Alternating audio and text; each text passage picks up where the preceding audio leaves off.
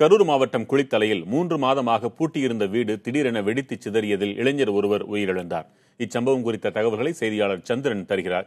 சந்திரன், வீட்டிற்குள் என்ன இருந்தது வெடித்து சிதறுவதற்கு? வெங்கட் பிரகாஷ் சார், வீட்டிற்குள் மர்மமான முறையில் வெடிபொருட்கள் ஏதோ இருந்ததாக தெரிவிக்கின்றனர். திடீரென்று வெடித்ததால் வீட்டில் சுவர் மற்றும் அருகே உள்ள சாரதா மற்றும் லோகநாதன் என்பவர் வீடும் இடிந்துள்ளது. அருகே சென்ற கார்த்திகேயன் என்பவரும் வீடு இடிந்த நிலையில் பலத்த காயமடைந்து சம்பவ இடத்திலே உயிரிழந்துள்ளார். இச்சம்பவம் இப்பகுதியில் மிகவும் பெரும் பரபரப்பை ஏற்படுத்தியுள்ளது.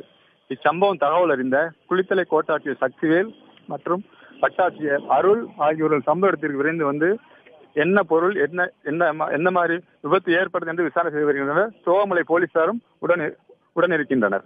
3 மாதமாக வீடு பூட்டியிருந்ததாக தெரிகிறது. அந்த உரிமையாளர் யார்? எங்கிருந்தார் 3 மாதமாக? அவர் வீட்டின் உரிமையாளர் கருப்பையா. அவர் டீ தொழில் செய்து வருபவர்.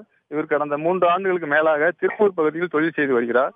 இவருடைய தம்பி பொன்ராஜ் என்பவர் இவ்வீட்டில் வாடகைக்கு விட்டு வசூல் செய்து அவரிடம் கொடுத்திருந்து வந்துள்ளார். காவல்துறை என்ன நடவடிக்கை எடுத்திருக்கிறது சந்திரன்?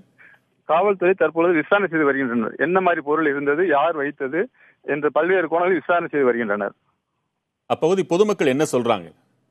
பொதுமக்கள் இந்த வீடு பூட்டியே கிடந்தது, யார் வைத்தது, என்ன மாதிரி இந்த விபத்துகள் நடந்தது என்று யாருக்குமே தெரியவில்லை. வீட்டில் 3 மாதமா யாரும் இல்லை என்று சந்தேகத்துடன் கூறுகின்றனர். எந்த அறிகுறியுமே இல்லாத அளவில் என்றால் அதில் ஏதாவது சதி செயலுக்கு ஏதாவது வாய்ப்பு இருந்திருக்க கூடுமா?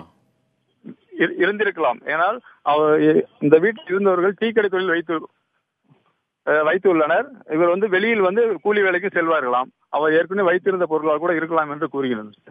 தகவல்களை வழங்கியமைக்கு நன்றி சந்திரன்.